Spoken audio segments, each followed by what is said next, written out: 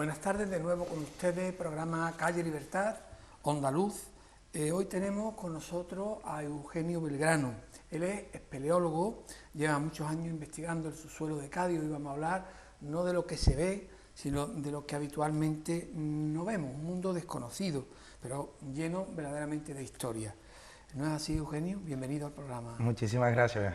¿No es un mundo lleno de Sí. matices, de historias? Cádiz es ya Cádiz en superficie es un mundo lleno de historias, pues ya la parte subterránea que ya la mente da solo imaginar, y las leyendas que acompañan es increíble. Cada piedra que vemos tiene su historia del pasado y nosotros estamos intentando eso, desvelar los secretos del pasado con la investigación de estos caminos ocultos que han quedado en el olvido. Eugenio, ¿cuándo empezaste todo esto? Porque yo recuerdo que cuando nosotros éramos niños, estábamos en el Columela, bajamos por un acantilado y había un boquete y decíamos, ahí están las cuevas de María Moco. Y los más valientes entraban y los no. ¿Tú empezaste así? Nosotros empezamos, puedo decir que tendríamos aproximadamente unos 10 años, 11 años, y me encontraba yo con un amigo, ya teníamos un poco más de libertad, tu madre te dejaba después del colegio quedarte un poco en la plazoleta, y digamos que yo escuchaba estas historias desde pequeño, yo veía los boquetes, me contaba mi madre cuando era chico, de 7, 8 años, las cuevas de María Moco que están por todo Cádiz, y estaba yo con mi compañero, me acuerdo yo, y dijimos con 11 años, vamos a buscar las cuevas de María Moco. Yo recordaba que al coger el tren para ir a Valle Azul con mi madre, pues veía un boquete allí en la muralla donde entraban y salían niños. Entonces el concepto primero a donde vamos a ir es allí. Encontramos una cueva que entramos, que tenía una cuesta, que son los alcantarillados de los pabellones de militares que habían en las puertas de tierra, en este caso de Santa Elena, y entramos allí en un túnel que era un alcantarillado, y después cogimos y... O sea, perdona, lo que se ve cuando salimos del tren es un alcantarillado. Es un alcantarillado del pabellón. Pero es una galería grande, ¿no? Esa tiene unos 80-90 metros de recorrida. Vale. Esas son de las zonas comunes de los cuarteles militares de la parte de Santa Elena. En el otro lado contrario, en el baluarte de San Roque, hay el mismo alcantarillado construido. Es el mismo, son del siglo XVII. Pues bueno, el primero que encontramos fue ese. Digamos que ya nos picamos un poco. Y el abuelo de mi amigo nos comentó de que había una alcantarilla en Bahía Blanca que tú la abrías y bajaba un túnel. Ese día estuvimos abriendo todas las alcantarillas de Bahía Blanca. No es como hoy en día, estamos hablando de hace ya unos 19 años, entonces no es lo mismo que hoy en día no se puede hacer eso. Y bueno, encontramos la alcantarilla que era y bajamos a un túnel que yo no sabía dónde estábamos, si era un túnel, una cloaca, si era, no lo sé, no sabíamos dónde estábamos, y empezamos a andar en esa oscuridad con todas las cucarachas, que llevábamos una luz de un mechero, teníamos un mechero y se iba apagando, teníamos que quedarnos parados porque el mechero se calentaba, entonces para recorrer 100 metros de cueva nos llevamos por lo menos 5 o 10 minutos, y de repente vimos un sitio que salía luz, y nos metimos por ahí y dábamos un bosque. Yo estaba desorientado cuando salimos en ese bosque, que desde ningún sitio de Cádiz se puede ver ese bosque, nada más que entrando por esa cueva. ¿Y qué bosque es? Pues lo tenemos en secreto, pues ahora por lo que te voy a decir, porque en ese bosque nosotros montamos una cabaña. Allí, una zona de mucha vegetación, y allí montamos una cabaña en donde estuvimos entrando durante más de 10 años todos los días. Era nuestro campo particular en Cádiz, ahí teníamos sofá, barbacoa, y nosotros no sabíamos lo que era salir de marcha, como salen todos los jóvenes, a la Punta San Felipe a discoteca. Nosotros salíamos el sábado por la noche a nuestra caseta que teníamos allí, teníamos puesto el suelo, todo perfecto, con sistema de luz, y todavía sigue en pie. ¿Siempre entrabais por el mismo sitio? Sí, entramos, ya después encontramos más entradas para... Una cosa, te iba a decir Moisés porque estaba con Moisés hace poco. Eugenio, yo recuerdo cuando estaba en el Instituto Columela, te estoy hablando del siglo XVI, no, exactamente hace 50 años, nosotros íbamos a Bahía Blanca y la gran mayoría eran como solares que tenían una valla y eran verdaderamente bosques. Bosque, sí. Luego, será uno de los que queden, ¿no? No tiene, está más bajo, pero piénsalo así, una zona vegetada, abandonada, que no hay nada construido y que está allí. Entonces, si dabas eso, ahí montamos esa cabaña, digamos que teníamos nuestro equipo de investigación del subsuelo. Ya cada uno se fue a estudiar fuera, que si diferentes pandillas, las novias, teníamos ya 19 años, no íbamos a meternos en una cabaña, está claro, ¿no? Y digamos que nos separamos, y un día decidimos a los 2 años, decidí quedar todo ese grupo antiguo de amigos y ir a esa cabaña para recordar los viejos tiempos. Fuimos todos así, gente que no veíamos a lo mejor desde los 15 años, que se fueron antes, y estuvimos toda la noche de lujo, y fui, entré en la cueva esta, y cuando llegué a casa pongo en internet, cuevas de María Moco, y no había nada, nada más que historia. nada más que historias imaginarias, ningún trabajo serio, y es cuando esa noche me puse a hacer una página web y empecé a colgar una serie de fotos y una serie de trabajos ya que teníamos recopilados desde pequeños, porque ese tema nos interesó, con la sorpresa que en menos de una semana 100.000 visitas, y llamándome de los principales medios de comunicación, El País, Antena 3, Telecinco, etcétera, Canal Sur, y es cuando ya vi de que esto sí merecía un trabajo más serio, pero no tenía un libro donde ir a decir ¿qué es esto? No había nada. Así que nosotros hemos tenido que escribir estos estatutos de lo que nosotros hacemos de la espeleología urbana y de esta red de galerías subterráneas de Cádiz. Eugenio, ¿y esas fotos que tú tenías era porque ya tú, digamos, de motu propio, te habías dedicado a buscar cosas y a hacerle fotos? Nosotros con 14 o 15 años ya te puedo decir que una de las primeras cámaras digitales que llegó aquí a Cádiz, porque antes las cámaras de carrete era de mi compañero David Blanco, y bueno, la primera cámara digital que entró en una cueva la metimos nosotros, que estábamos alucinados con esto de que se podía hacer una foto y se le había quitado la cámara al padre y nos la habíamos llevado a una cueva. Y bueno, eso era un boom, porque antes era la cámara de carrete y entonces un carrete, 12 fotos, y la de las 12 fotos era una la que se veía bien. Claro. Y digamos que teníamos muchas fotos ya porque desde pequeño teníamos unos medios que pudimos ir revelando. Cuando puse esas fotos de diferentes galerías, todo el mundo alucinando. ¿Cuál fue la exploración de aquella época que más te impactó? Allí en aquella época la exploración que más me impactó, tengo que decir que fue esa, la de cuando soy pequeño y viajé por primera vez en ese mundo. Cuando te transportas, cuando te metes en esa máquina del tiempo, pero te puedo decir que cada cueva que entras te transporta. ¿Por qué? Porque no es que te haya dicho nadie, es aquí, sino estás encontrando lo que no existe, lo que nadie más sabe, en donde una persona no ha entrado hace más de 100, 200 o 1000 años. Entonces digamos que es una sensación de un trabajo de investigación, de archivo, documental, de planimetría, cartografía, de entender la ciudad en sus diferentes periodos para dar con lo que nadie más sabe. Y cuando tú dices, es que por aquí pasa un túnel, y cuando tú de verdad entras en ese túnel y sabes que tu teoría eso es algo imposible de contar con palabras. Eugenio, el subsuelo gaditano tiene muchísimos tipos de construcciones, de entidades de construcciones, muchísimo construida además a lo largo de mucho tiempo. Tú puedes resumir, para que luego entremos en detalle, resumir, digamos, bueno, habrá galerías, habrá criptas, habrá aljibes, me imagino, no sé, bóvedas. ¿Tú puedes resumir un poco? Sí, claro. Primero vamos a entrar en la parte técnica, que tenemos que saber diferenciar qué es lo que nosotros estamos escribiendo en estos estatutos de la espeleología urbana. ¿Qué tipo de estructura es? Lo primero tenemos que saber diferenciar qué es una galería, qué es una mina. Una galería se excava en terreno blando, o sea, aquí se hace una zanja, es arena, y lo que se hace, se excava el trazado de ese túnel, se revisten las paredes de ladrillo y se pone esa bóveda y se vuelve a enterrar con arena. Por ahí pasaba ese túnel. Y una mina es que hay un terreno natural de roca viva, entonces no te hace falta revestirlo, sino directamente excava un pozo y vas picando y vas tallando tu galería. Eso ya es lo que tenemos aquí en Cádiz, galerías y minas. Y ahora tenemos que ver los diferentes usos que han tenido esas galerías y esas minas. Las formas constructivas son esas, y ahora los usos.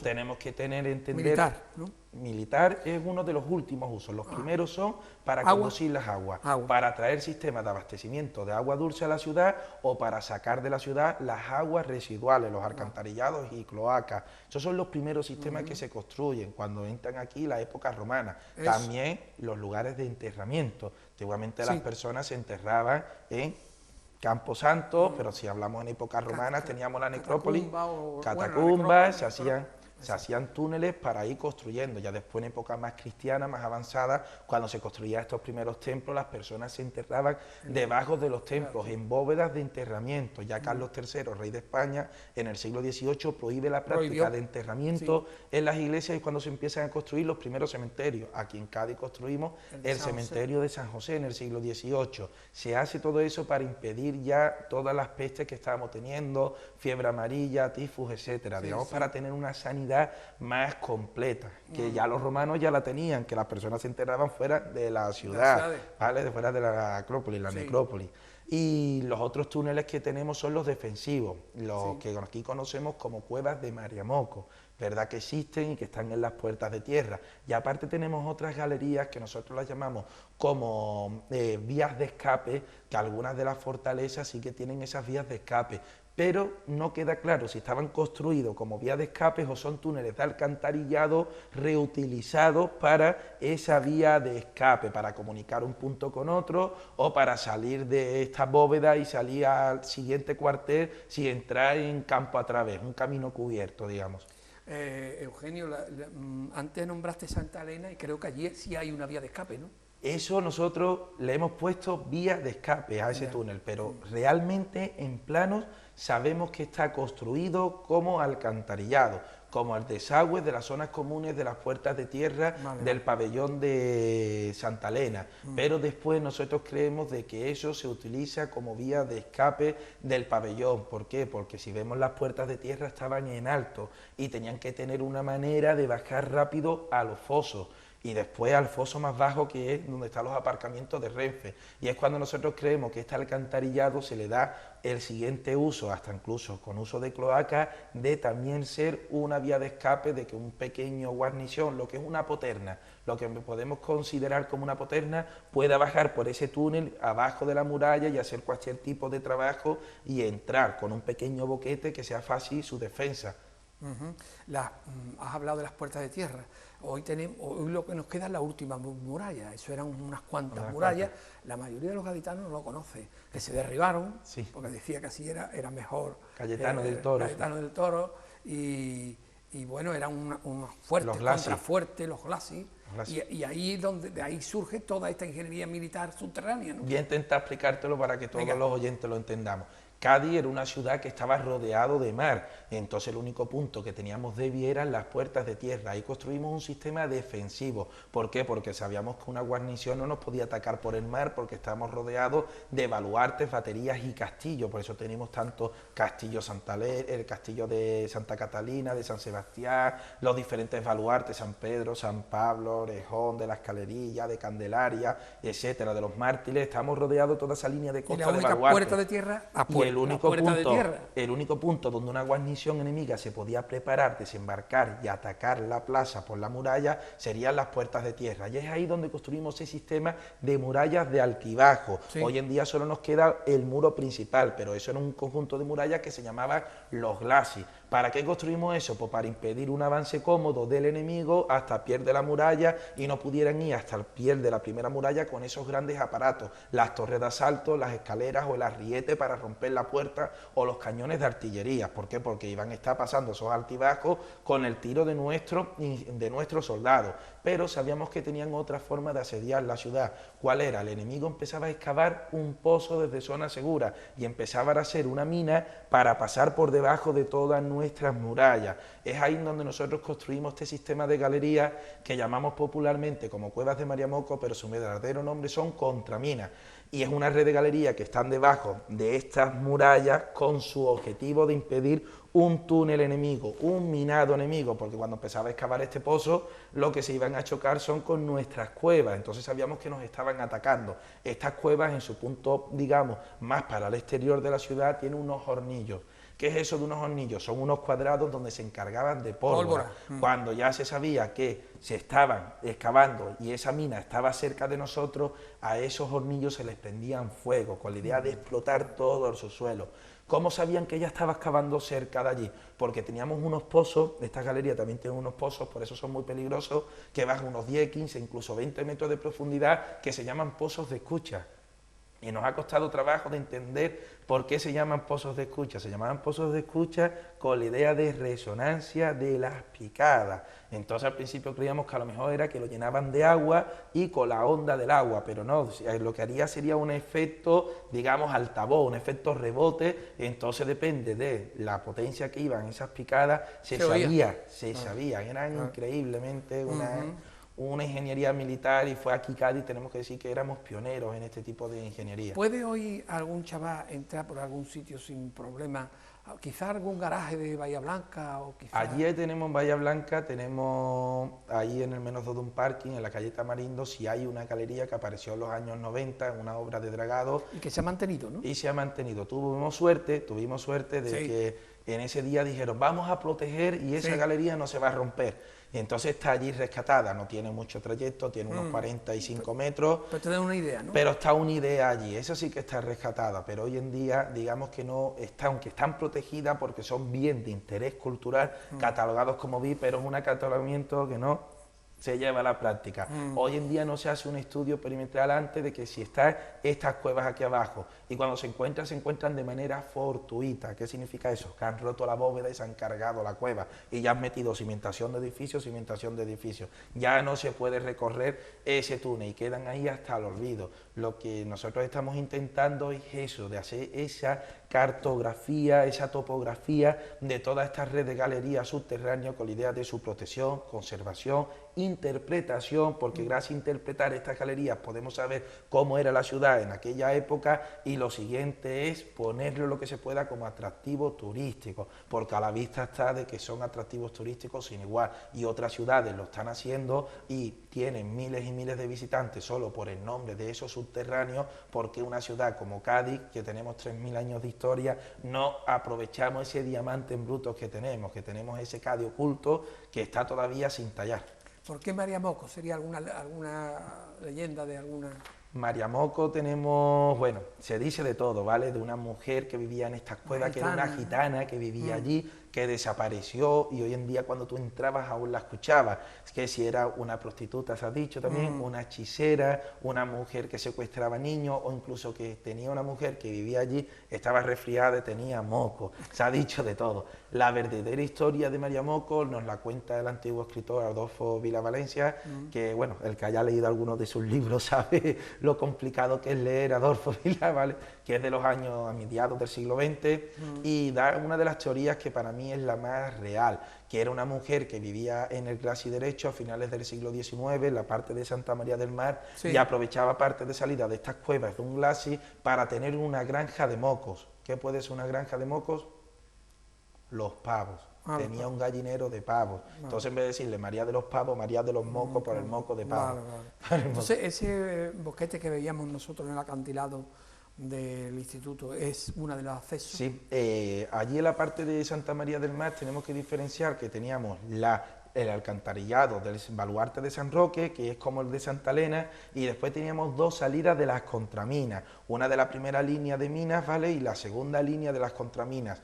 Una de ellas te entrabas y directamente doblabas a mano derecha y había un pozo, que es donde recoge la prensa local, que han caído muchas personas y tenían que ir los bomberos a rescatar a esas personas. Fue una de las razones por las que siempre se intentaba tapar estas cuevas. Y la otra tiene un trazado, pero se cortó a la hora de construir el Instituto Columela, y el Barco de España se cargaron estas cuevas. Entonces no tenía mucho trayecto. ¿Tú te metiste por ella? Claro. Yo me he metido, pero por otro lado. Ah, por otro lado. Hemos entrado, pues hemos tenido la suerte de poder encontrar otra entrada y hemos podido llegar casi al lugar de origen por donde entraban estas personas. Allí hemos encontrado de todo, de la época de los años 60, 70, 80, de velas de niños, de sudadera, hasta camastros, donde dormían personas. Estos túneles son muy estrechos, de 90 centímetros, y algunos, ¿vale?, de trayectos largos de unos 500 metros. Y verte camastros y camastros, las marcas de camastros de que ahí dormían personas adentro de estas cuevas. Incluso la prensa local antigua en la hemeroteca te reconoce cómo la policía entraban y hacían redadas dentro de estos túneles para sacar a maleantes. Y decían, la policía local ha entrado en las cuevas y han sacado y han detenido a 17 maleantes, diferentes géneros robados y diferentes armas blancas, y cómo hacían redadas, y había una policía del subsuelo. Fuimos pioneros aquí en Cádiz en tener policía del subsuelo. Entonces, Eugenio, tú te conoces más o menos, prácticamente has andado por todas las contraminas de las puertas de tierra. Tenemos 21 kilómetros de túneles descubiertos aquí en Cádiz. Las cuevas de María Moco son solo 3. Para que te hagas un ejemplo de...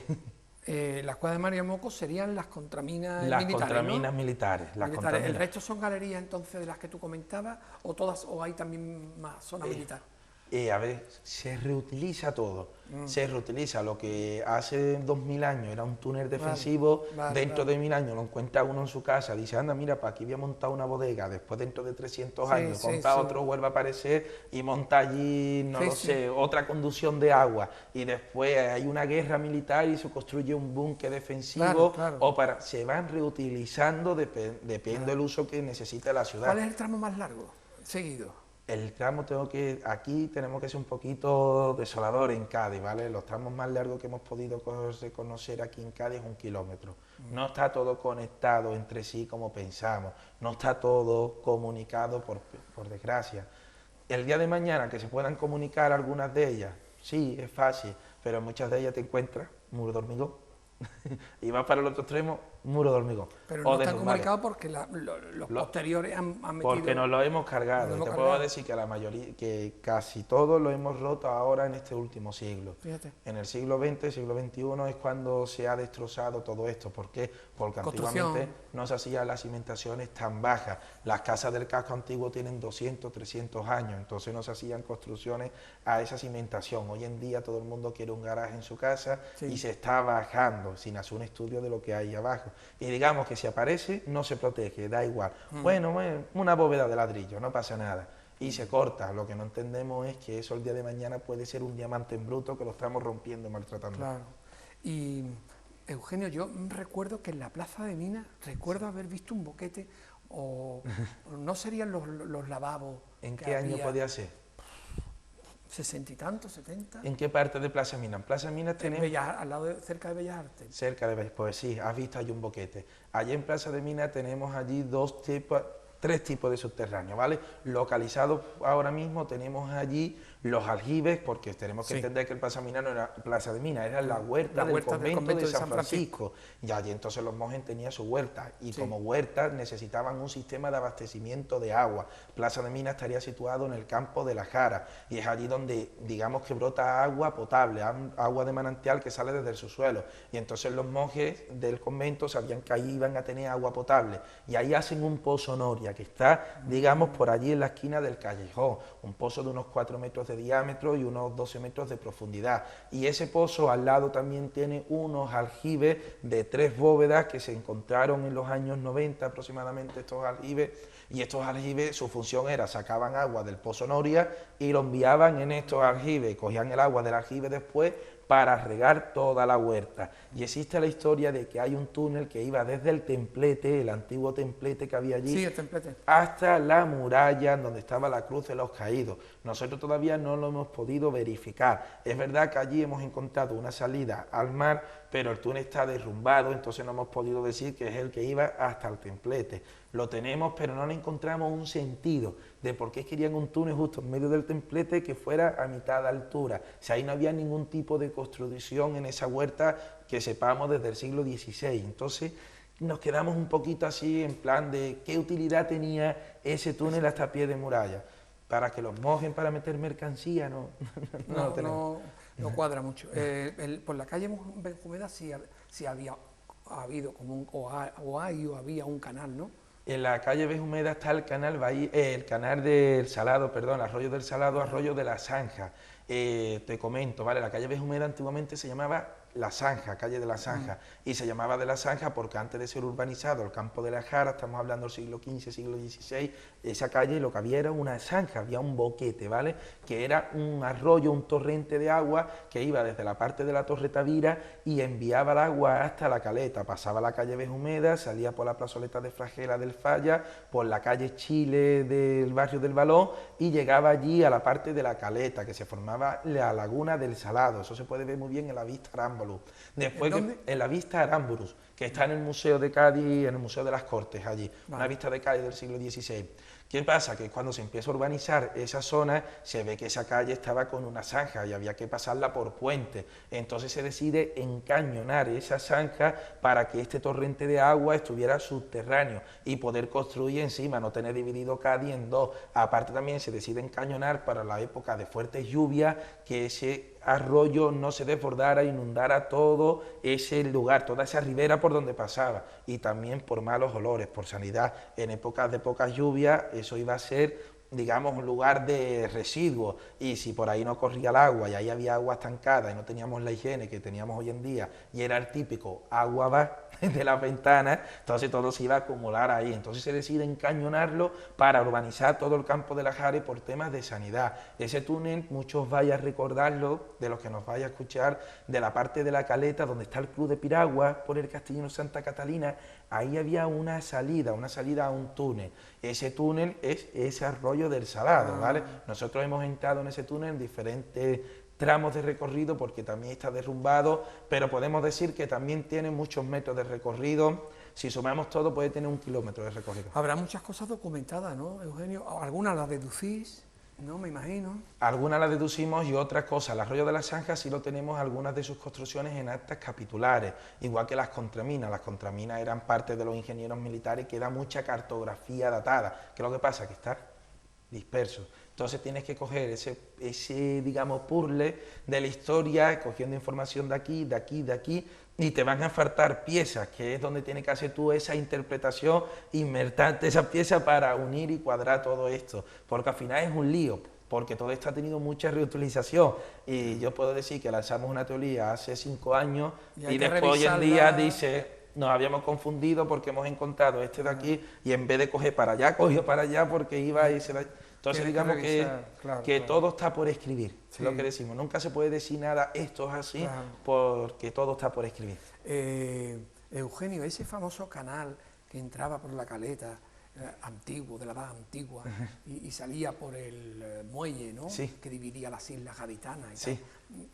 ¿Tenemos algún vestigio ahí de eso? Tenemos ese canal se llama Canal Bahía Caleta o Caleta Bahía, depende de quién lo mire, o Canal de Ponce. Ponce fue el que lo descubrió. Tenemos que decir la teoría de que este canal tenía que ser la desembocadura primitiva, estamos hablando del Trioceno, del Guadalete del río Guadalete, antes desembocaría aquí. Entonces dividía los dos peñascos de Cádiz, la isla de Eritella y la isla de Cotinosa, la dividía en dos. Ese canal Bahía Caleta, cuando llegaron los fenicios, aquí en Cádiz existía ese canal, entonces había dos islas. Los fenicios tenemos ahora datado que se establecieron en la isla de Eritella, donde tenemos ahora mismo el cine cómico, la parte del mercado, ¿vale? Ahí se establecen los fenicios. Después de los fenicios estamos hablando del 800 a.C., ¿vale? Cuando ya empieza a entrar aquí el Imperio Romano, se cree que ya en el siglo I, después de la muerte de Cristo, este canal ya se empieza a entaponar. La pregunta es, ¿se entapona de manera natural o los romanos, por la crecida de la población de Cádiz, que tenía incluso 50.000 habitantes, era lo que estamos hablando, muy incómodo tener un río que te dividía la ciudad a un lado de otro, y en algún sitio hacen como una especie de tapón, y por culpa de ese tapón que hace es cuando se empieza a acumular sedimento adentro de ese canal. Ese canal, pues sí hay vestigios de ese canal, ha aparecido en diferentes sitios. En la calle Sagasta ha aparecido allí un puerto en medio de la calle Sagasta. Por la plaza de la Catedral cogería y diría hasta la dirección del muelle. También pues por la parte más baja de la Santa Cueva de la calle Rosario, más la parte más última de la Santa Cueva, la calle Rosario, viene para arriba, pues la parte más baja de la cuesta daría a ese canal Bahía Caleta. Eugenio, criptas. Aljibes, los aljibes son muy gaditanos. Sí, eso aljibes es muy gaditanos. Y lo maltratamos mucho. Nos maltratamos mucho. En mi casa de Libertad 15 hay un aljibe, con su pozo. Sí. Normalmente era para el agua y para, no para beber, pero sí para... Bueno, antiguamente sí. Antiguamente sí, ¿no? Antiguamente tenemos que entender que Cádiz tuvo agua potable en época romana, que construimos el acueducto romano del Tempul, que traía agua desde la Sierra de Cabra, y después el único punto de abastecimiento de agua dulce que teníamos el Pozo de la Jara, que escribí yo mi libro sobre el Pozo de la Jara. Era el único punto de abastecimiento de agua dulce de Cádiz. Ese agua tenía un precio, que la vendía el ayuntamiento, tenía hasta su alcalde para vender el agua, y las personas donde vendían el agua... a comprarla? Iban allí, estaban los aguadores que vendían esos cántaros de agua. Entonces el único punto de abastecimiento que tenía la demás población era el agua recogida de lluvia, y las personas bebían en el siglo XVI, XVII, XVIII el agua de estos aljibes o cisternas. Cádiz teníamos muchos aljibes y era obligado por ley el mantenimiento de estos aljibes. Hemos encontrado actas capitulares donde decían cosas muy serias de que se obligaba a la comunidad de propietarios a vaciar todos los años los aljibes aljibes, encalarlo y hacerle su obra si estuviera algo deteriorado. Si no se hacía, iba al ayuntamiento, lo hacía él y te pasaba la factura. Claro. ¿Y por qué? Porque digamos que era donde bebía la gente, entonces era para evitar epidemias como tifus, etcétera, etcétera. Digamos que era el único punto, era algo muy importante en Cádiz al no tener ningún punto de abastecimiento. Eugenio, aljibes importantes. Yo creo que me sé uno, el de la Cueva del Pájaro Azul. La Cueva del Pájaro Azul fueron aljibes reutilizados después como peña flamenca. Sí, yo he estado en la peña flamenca. Pues eso, eran aljibes. Digamos que los aljibes más importantes tenemos que situarnos de diferentes épocas, ¿no? En épocas romanas, pues donde desembocaba el agua del acueducto del Tempul, que eran 7 grandes aljibes que estarían donde hoy tenemos la comisaría del DNI en las Puertas de Tierra y la Peña de la Perla, pues por ahí estarían esos 7 grandes aljibes que distribuían después de allí el agua a la ciudad romana, y venía todo el agua desde la sierra. Después los diferentes aljibes tenemos diferentes épocas, los de los conventos, el del convento de San Lorenzo, de San Francisco, los de Barcarce, la parte baja de Barcarce es todo un aljibe gigante, esos sótanos que se ha utilizado como cosas escolares, esos eran aljibes y esos son enormes, algo increíblemente grande. Lo de la Cueva del Pájaro Azul, lo de la Plaza del Fray Félix, que está en medio de la Catedral Vieja, allí ese hueco, digamos que en Cádiz cada aljibe era importante, depende del propietario, los de San Francisco, Rosario... La casa de los caballeros hospitalarios, ¿no? Casa Caballeros Hospitalarios, sí, reutilizado, que es lo que se tiene que hacer. Hoy en día tienen una manía estos constructores y estos, digamos, que juegan con nuestro patrimonio, que si aparece un aljibe le dicen al patrimonio, aparece allí un boquete, ¿qué hace? Tiran el escombro ahí adentro. ¿Cómo vaya a tirar? No tienen ese concepto de propiedad. Si ahora mismo a ti en tu casa te aparece una bóveda subterránea, tu propiedad está ganando 25, 40 metros cuadrados. Es como si ahora mismo tú en la primera planta tienes un tabique que te encuentras en otro dormitorio. ¿Lo vas a llenar de escombros o lo vas a limpiar y lo vas a adecuar para darle un nuevo uso? Pues digamos que los caballeros hospitalarios encontraron ese aljibe que hicieron, lo adecuaron para hacer un nuevo uso, que allí donde almacenan ellos los alimentos que dan a las personas necesitadas. ¿Por qué? Porque ahí se tiene una temperatura constante en invierno, en verano, de 19 a 20 grados. Para bodegas, ¿no? Trasteros, para dormitorio, para lo que quiera, para lo que quiera, se pueden utilizar. Y hoy en día, como está la tecnología, vamos. Lo de la Cueva del Pájaro Azul, creo que hay una anécdota que apareció, ¿no? Eso. ¿Cómo apareció aquello? Eso fue en el antiguo bodeguero Manuel Fedriani, tenía allí en la calle San Juan, tenía allí un almacén, ¿vale?, donde vendía vinos y cosas de esas, y necesitaba un sitio para almacenar su mercancía y alquilar el local de frente como la antigua asesoría, ¿no? Se solía decir. Sí. Hay uno de sus operarios, estaba moviendo una de sus tinajas de vino y es cuando escucha un gran estruendo, cuando mueve una. Y dicen, ¿esto qué es? Que hay aquí abajo, por miedo a que se hunda, por meter muchas mercancías, hacen un boquete. Al hacer boquete, tiran un periódico ardiendo y veían cómo se bajaba eso, decía, esto llega al fin del mundo. Y es cuando baja un hombre, que no quería bajar a nadie, y baja este hombre ahí, va viendo, decía, esto es un mundo subterráneo. Este bodeguero tuvo luz empresarial, tuvo luz patrimonial y dijo, esto lo vamos a utilizar. ¿Y qué hizo? Pues le dio una utilización a esos lugares, montó una peña flamenca que era el lugar más exquisito de Cádiz. Ahí van las personas más selectas de la ciudad, de premios Nobel que han visitado, cantadores flamencos, etcétera. Digamos que era donde iba la élite gaditana y se reunía allá abajo. Digamos que se le dio un uso y se puede ver que era un uso al final que gustaba. Yo he conocido en Cracovia, por ejemplo, cantidad de casas con este tipo de subterráneos que yo me imagino que serían o bien almacenes o bien como nuestros aljibes, y lo usaban sobre todo de pub, discotecas, o sea, de underground, para música. Claro, aquí en Cádiz ya se está utilizando, sí, ¿eh? Aquí en Cádiz ya tenemos 2 subterráneos que se están utilizando para temas de productoras de música o para ensayar música, asociaciones. Digamos que ya se está teniendo ese concepto, ya las personas cada vez están respetando más el patrimonio, pero todavía nos llaman todos los días, doy fe de que han tirado, ha aparecido en la obra tal, y están tirando escombros y en el sitio tal han roto la bóveda tal y no pasa nada, se queda todo el mundo tranquilo. Eugenio, la fuente de Hércules, en la Plaza de Juan de Dios también tenemos, ¿qué es? ¿Una fuente, un pozo? Cádiz, como he dicho, teníamos ese problema constante siempre de agua potable, y es allí donde se construye una fuente que se construye en el año 1644, si no me equivoco más, y se pone allí una fuente coronada con un Hércules que hoy en día tenemos esa estatua dentro del ayuntamiento, en la planta baja del ayuntamiento se conserva. Esa fuente, digamos, que traía agua desde, se quiso que trayera agua desde San Juan de Dios, desde el Pozo de la Jara, perdón, pero no daba suficiente caudal, y es cuando se decide traer el agua desde un pozo que había en el convento de Santa María, y se trae allí por diferentes túneles agua hasta la fuente de Hércules, y dice el escrito muy interesante: el agua no es muy buena al paladar, pero sirve para que beban la gente pobre. Ah, fíjate. Dice el escrito. Eso lo tengo recogido yo en mi libro del Pozo de la Jara. Está bien, está bien. Bueno, últimamente estás enseñando lo que ya se llama popularmente el beaterio, ¿no? ¿Cómo descubriste? El beaterio no es más... Bueno, cuenta qué es el beaterio.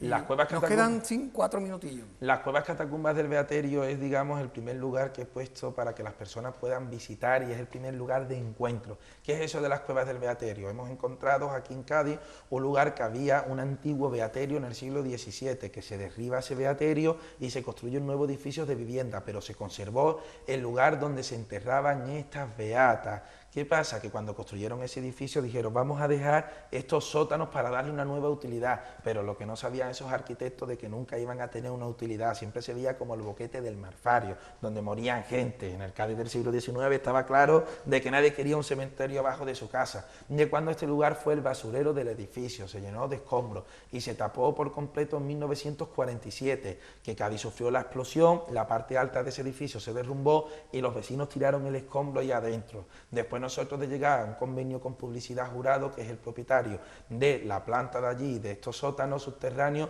los hemos adecuado para hacer las visitas turísticas, y hemos montado una empresa en la cual he adecuado todo este lugar, hemos ido al ayuntamiento, hicimos un proyecto de arquitectos, etcétera, etcétera, y montamos ya todo esto para las visitas turísticas. Ya llevamos 3 meses abiertos, y este lugar se construye en el año 1633 por un grupo de beatas de la Orden Tercera de San Francisco, y ahí lo que construyen es este lugar de enterramiento, y abajo tenemos diferentes vestigios, algunas de las tumbas donde se enterraban estas beatas, bóvedas bajas, dibujos de diferentes épocas, incluso de la masonería, que utilizaron ese lugar, creemos, en el siglo XVIII, conjuntos con las beatas, los caballeros Rosacruz, y digamos que es un entorno donde el visitante está alucinando. ¿Por qué? Porque les cuento la historia de manera viva, porque somos nosotros los que estamos haciendo ese trabajo, y ya las 2000 y pico de personas que han pasado quedan alucinadas. ¿Qué tienen que hacer para visitarlo? Pues tienen que ir al Hotel Las Cortes en la calle San Francisco, o directamente a través de la página web de cuevasdelbeaterio.com, que ya tenemos la plataforma online de venta,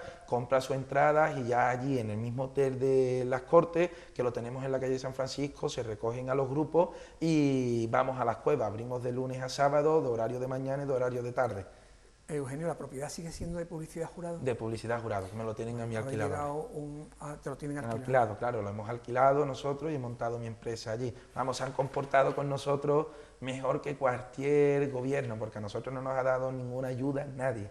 Te puedo decir que Publicidad Jurado nos ha dado todo, vamos, que nos ha dado todas las facilidades del mundo. Te tengo que preguntar ya muy poco. Eugenio, ¿te ha sorprendido alguna... Ahora te hablo de estética, ¿no? ¿Alguna figura o alguna escultura o alguna bóveda, alguna cripta? Que todo me sorprende. Todo, ¿no? Es que para mí el tesoro, cuando alguien me dice: wow, una moneda de oro, un no sé qué, allí no hay abajo ni nada. A mí mi mayor tesoro es la estructura, es ver esa cueva que está en pie y que no la han roto. Para mí eso es mi mayor tesoro. Cada cueva, lo que uno puede ver, un simple cuadrado de ladrillo, para mí es una obra de arte. Para mí una estalactita que está colgando de concreciones calcáreas que lleva ahí 300 años sin romperse, para mí ya esa estalactita es una obra de arte.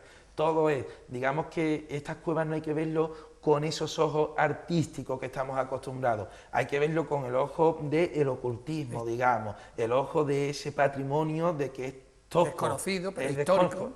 Es muy tosco, digamos, no tiene una pero, obra de arte, pero una inscripción, habla mucho un nombre puesto en la pared con grafito que te ponga una fecha de 1613, o aquí estuvo, este lugar lo gobernó, Juan de no sé qué, digamos que todo eso son obras.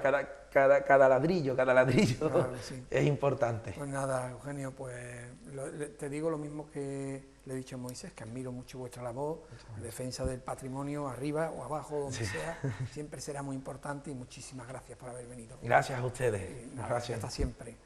Y a todos ustedes muchas gracias por estar ahí y les emplazo para el próximo programa. Muy buenas noches.